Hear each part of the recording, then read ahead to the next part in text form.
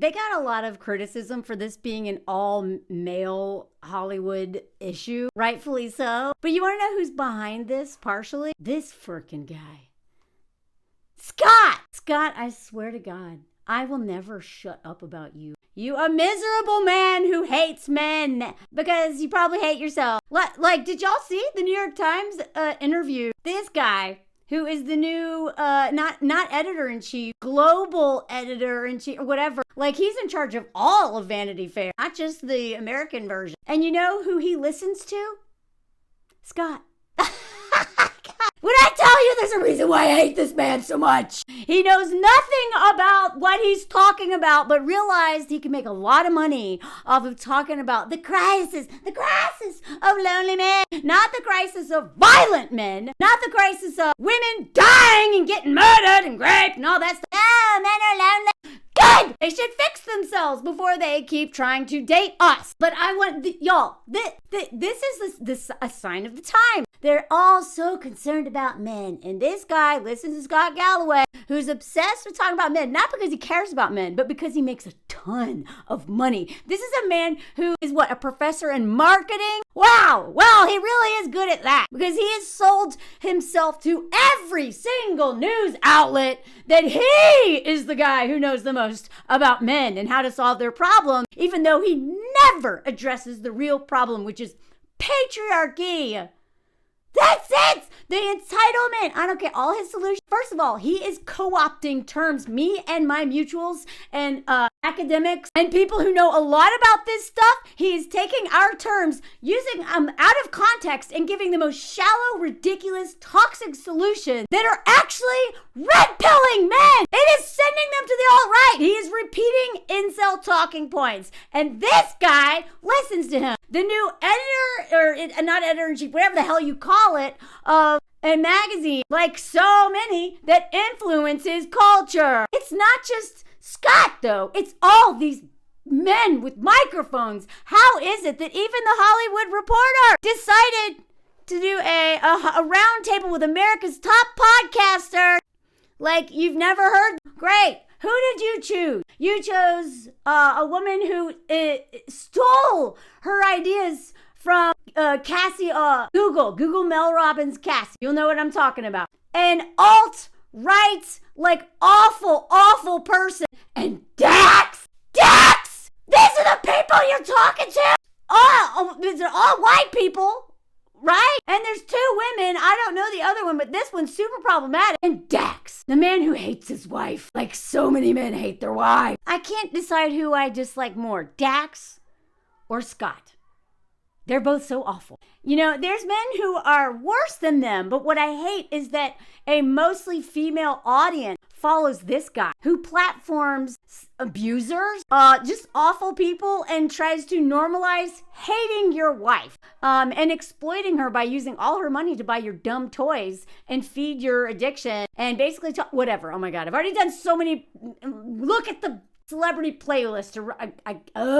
But Scott has a lot of influence because he is who college professors, news organizations, journalists, all these people keep stop asking Scott about men because he will not address the thing that is why women are divorcing them and won't date them is their entitlement. Which leads to them being selfish, lazy, violent, and their patriarchal conditioning, which kills them. But this man is a grift. He should stick. Every once in a while, he says some stuff, and I'm like, And then I'm like, right? He's against DEI. He's said that plenty. Look it up. I've covered this. He thinks people should drink more because what we definitely need is, Therese Lee is covering all this in a deep dive. Go follow her. If you're not already, she's told me about some stuff she just found. So she's going to go deep dive into that more because, Teresapedia. He wants men to be providers, protectors, and I know I should change the picture, but I don't care. I'm going to make you look at Dax. I'm sorry. Actually, I'm not going to make you look at him. You can look at my dog with his little tongue sticking out while I finish my thought before I move on to the Hollywood or to the Vanity Fair thing. Provider, protector, and procreator. Not parent, not, actually parent, but he wants all these things to benefit men, all these social things to benefit men. who have what? Had an advantage. And he's talking about white men mostly, by the way. I promise you, if he's against DEI, he is not talking about men. He's talking about white men, because this man is a boomer to the core. And he has the most old school trad wife. He loves cops. He loves firemen. He thinks they're masculine, right? And that men should become more empathetic to get into women's pants. Basically, he's like, perform empathy, at least pretend like you give a crap so that they will want to date you and you won't seem as selfish as you actually are. Don't deal with that problem. God, this man, he says incel talking point. He states studies and research that doesn't exist. He's stating the whole coffee date stuff, the whole like 80%, all that's nonsense. But okay, Scott, keep interviewing him on The View, on NBC, ABC, CNN, da-da-da-da-da-da-da. Meanwhile, there are women who have literally, crap, just read Bell Hooks. Oh my God, any of her books, but especially the ones about men. But anyway, let me get back to I'm sorry, I could talk about, I have a problem with this man, especially as a woman who has written about and researched and actually put into the world something that literally helps men. I still get people write to me about those solutions about how men can find community. My viral article, Men Have No Friends and Women Bear the Burden, right? Like 6 months of research, like that thing took more or less in and out like a year of my life. Because I actually cared. I've worked with men. I'm a tomboy. I've been around men my whole life. I actually care about men. So I was thinking about solutions that would benefit all of us, not just men, because what they definitely don't need is more power, more money, and more sense of entitlement and thinking that they're better than us. That's killing them, and it's really killing us. And so, yeah, I get pissed that me and other women especially, but even men I know, get overlooked for the incredible work they're doing, and they platform this motherfucker who's an incel at the end of the day because he thinks like one. And so in the New York Times even wrote about it. People were kind of like, what the hell? Why are these all men? Because the annual edition of this Vanity Fair, it's an annual edition, the Hollywood edition, where they have all these stars, and it's usually like leading up to the whole Oscar race, right? And it's usually a mix of men and women. Now, I know they've done one before that's all women, but I don't know. I kind of feel like that's overdue. This to me feels as gross as if they were like, and they do this, right? Like, yay, this year, because they've been doing this, right? It's all white people. We're going to interview just white people for this. Just white people for this issue. That would be messed up, right? Now, if it was people of color, and especially maybe Black and Indigenous people, that would be trying to even things out, right? So they are just like, I know, let's focus on men, because men are really suffering right now. Where did he get that idea? Scott Galloway! And probably other people. So in this article, they interview him. Men in Hollywood, you don't say. So they're getting some shit for this. Why men? Why now? Well, their new top dog at Vanity Fair, he goes in this whole thing. He's this 37-year-old dude. Gives all this blah, blah, blah, blah, blah. Don't care. So what is the internet now? It's your internet boyfriend. This is such a funny choice because women are like embarrassed to post their boyfriend. It's embarrassing to have a boyfriend, right? If you haven't read that article, it's a great read. It's embarrassing to have a husband. It's embarrassing to be publicly involved with men at all because they embarrass you, most of them. So he's sitting here saying, well, this is just kind of like a pushback against, the manosphere caricature kind of guy. No, it's not, because the nice guys are just as toxic. They're just more subtle. And as much as we like to promote healthy masculinity, the choice to just leave women out of this cover entirely, well, that was a choice. And it's a sign of the times. And this is one of the quotes at the end. I do think it relates to the wider conversation, who noted that he listens to podcasts by Scott Galloway, a self-optimizing 61-year-old who has been the prophet of young male ambition and anxiety. What? He stressed, however, that he's focused on Hollywood here. He knows he will not solve the broader crisis of men. The crisis of men. Yeah, they're in a crisis of killing us, killing the world, killing each other. graping a bunch of people. Sure, I'm not about we should platform men who are pushing back against traditional masculinity, which is the kind that actually Scott promotes. Is this traditional? But it's not that serious. You crazy drama queen, before you get all in your hissy fit over the cover, it's not that deep. Fuck off. By the way, since this guy was hired, they're making a lot of cuts. They're kind of focusing on different stuff. And the last editor-in-chief was the Radhika Jones, I hope I'm saying that right, who, by the way, focused on diversifying the outlet's writers and the celebrities who appeared on its cover. Well, that was important. That was in style for a long time. And you know what's in style now?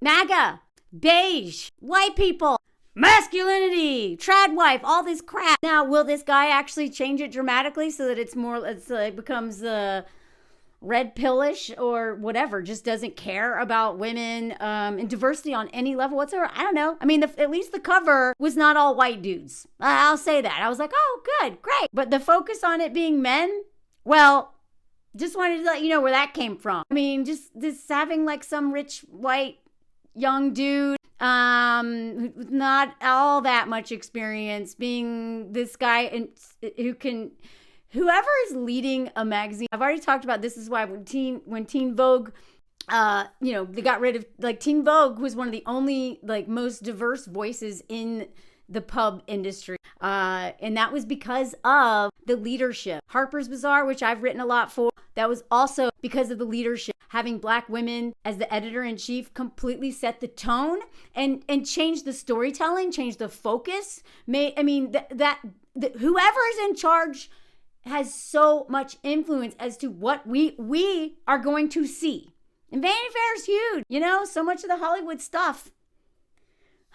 This is so annoying. But this is what's in vogue. This focus on poor white men, poor rich white men. So here it is. He's the global editor-director. Gone is the editor-in-chief. He will oversee Vanity Fair in the U.S. as well as the editions across the world, which includes Britain, France, Italy, and Spain. Cool, bro. This 37-year-old white dude who listens to Scott Galloway is going to influence everybody. Awesome. So whether it's this guy or, this choice, Ben Shapiro, they decided, do you know how many podcasts are out there? I mean, at least they didn't put Joe Rogan on there. But Dax isn't that different, even though he would love to think he is. This guy, and by the way, in this interview, Dax admitted that he's trying to get more onto YouTube because right now, look at this, it's super gendered. YouTube is predominantly male driven and we have a predominantly female fan base. So if you watch me and you are following, I hate that Dax's following is mostly women. I hate that so much. I mean, I like that he's not influencing men, but I hate that he's influencing women because this man is so toxic. My female fan base, which I love and cherish. I certainly would rather be approached by women in public than men. Yeah. Why do you think that is? God, I hate, but I very much would like young men to listen to what I talk about. And they're not coming to these podcast platforms. I must go to YouTube. It's as simple as where they are. Great. So another toxic podcast bro is going to try to head over to YouTube so he can also influence the men instead of just the women. Because again, why do you think his fan base is all women? Because those are all Kristen fans. When I tell you that men build their platforms off of the women, this is the perfect example. Nobody would give a crap about this dude who is in Parenthood and what he has to say if his wife's money and star power didn't land him that podcast and that audience. And even though he may be all about the nice guy, and this edition was all about the nice guy, nice guys, they're awful. Even this one, I mean, besides the fact that he's dating a Kardashian, I don't know if I want to give a whole video to you, Timmy. But this guy is also talking trad wife, incel talking points, talking about how women, like how he hates seeing this child-free movement because basically the child-free life seems pretty shallow and he wants to be all famous and have all, he is very driven and wants his big career, but he like wants kids because what's the point of life without kids? Shut up. Like you are going to parent those kids. You can't be in Hollywood and that successful and be active parent. If you're a man, you definitely aren't doing that. So as much as I like to see a bunch of guys hanging out, you know, and again, like the tea on some of these dudes, I'm not going to say which one in particular, but there's one guy in this particular photo who one of his exes has reached out to me, and he is not at all who y'all think he is. Holy crap. But he gets away with it because he's just this nice, sensitive guy. You know, love Michael B. Jordan. This guy, questionable dating history. Don't know much about this guy, but I don't care, really. Again, as much as, and I'm not against this. I'm against the fact that they chose to do this for their annual Hollywood cover that is mixed gender. We love to see men running and playing together, hanging out with birds. Actually, I remember the first movie I saw him in with Brie Larson is one of the best things I've ever seen. Oh my God, what is it called? Can y'all remember what this is called? It's about adults working at a kids treatment center. It is so good. Anyway, this Vanity Fair is getting a lot of backlash, and rightfully so. Because again, in this particular moment, making that choice to be like, you know what? Let's focus on men. In this particular economy, over 300,000 black women have lost their jobs. The DEI is everyone's getting rid because they never cared in any way. The violence against women, like all of this stuff happening right now, and you're just like, yeah, let's do it. Let's do all about boys. And to call them boys also is like, cool. If you haven't seen my interview with Jennifer Esposito on YouTube, her and I did a live like a couple weeks ago, and she talked about the reality of being a woman in the film industry, especially a woman writer and director trying to fund her projects and how hard it is. Go watch that. So it is so hard for women right now in general, and it's particularly the more marginalized you are. And in Hollywood, it's really bad. It's really bad right now. They're cutting, they're not funding women's projects. They're not giving opportunities that they said they were going to give, especially in diversity, especially in terms of racial diversity, for writing, directing, acting opportunity. Women are not getting hired to direct. Like with all this going on, they're like, let's make a cover about all the boys. But I will say this was one of his quotes. There's so much consternation, I think, about Hollywood at the moment. He says, citing the pandemic, the LA fires, economic incentives to leave Hollywood, Me Too, oh, that silly rascal Me Too, made Hollywood hard, the consternation, and the threat of AI. So a lot of people are quick to talk about the demise of Hollywood or gone are the days. I find that really boring. I see my new job in the part is to cheer Hollywood along and to document it as it changes and finds its way. And what better way to do that than to document how it changes and finds its way by right out of the gate, the first thing you do is an all-male cover shoot. When this is what they used to look like. These are some of this is an annual thing they do. Look at all this. Look, there's diversity here. Like there's men and women. This is a different year. What year is this? This is 2024. Here's another one. This is what they usually do. All right. See, this is what they had been doing. This is what they'd been doing. This is what they had been doing. This. And this year, it's all about the boy. Great. Thanks. So if you wonder why I talk about this motherfucker so much, it's because he is influencing a lot of people with power. He's not just influencing everyday folks. And even women who follow me are sometimes, but he's not that bad. And he says, blah, blah, blah. I need you to think deeper. I need you to stop listening to men. Most of them. This guy is a marketing professor. He has no sociology degree. He knows nothing about sociology. Clearly doesn't want to know about patriarchy. I mean, he gets it, but he doesn't want to criticize it or examine it. He is literally talks about the economy, and he's a marketing guy who decided and realized real quick, like a lot of men, that if we focus on men and this loneliness crisis, he can go viral. And boy, has he. Boy, has he. But this guy is not only influencing people at home watching, he's influencing people with major power. So, fuck you, Scott Galloway. God! Anyway, let me know what y'all think. Let me know if anything else you want to add. Please follow me on Patreon if you want to see more of my stuff. Lives. I usually do my lives on Patreon. That one I did with Jennifer Esposito was a special one for YouTube. And watch parties, travel content, all kinds of fun stuff we do over there. Thank you, Patreon people, for keeping me going so I don't burn out, especially. And thank you all for watching. And let me know if you heard that comment song. All about men comment song. This guy's got an agenda. All about men comment song. I'm doing this from the car on my way to a birthday weekend, by the way. All about men comment. I'm not complaining about this. This is okay. Like, I'm not complaining about this, but I don't want just men, especially not this one. Oh my God. Oh. Man, comment song. Dax, you can eat a dick. Oh, man, comment song. This guy sucks. And you know what? This guy's kind of sucking more. What the hell's wrong with you, Timmy? Timmy.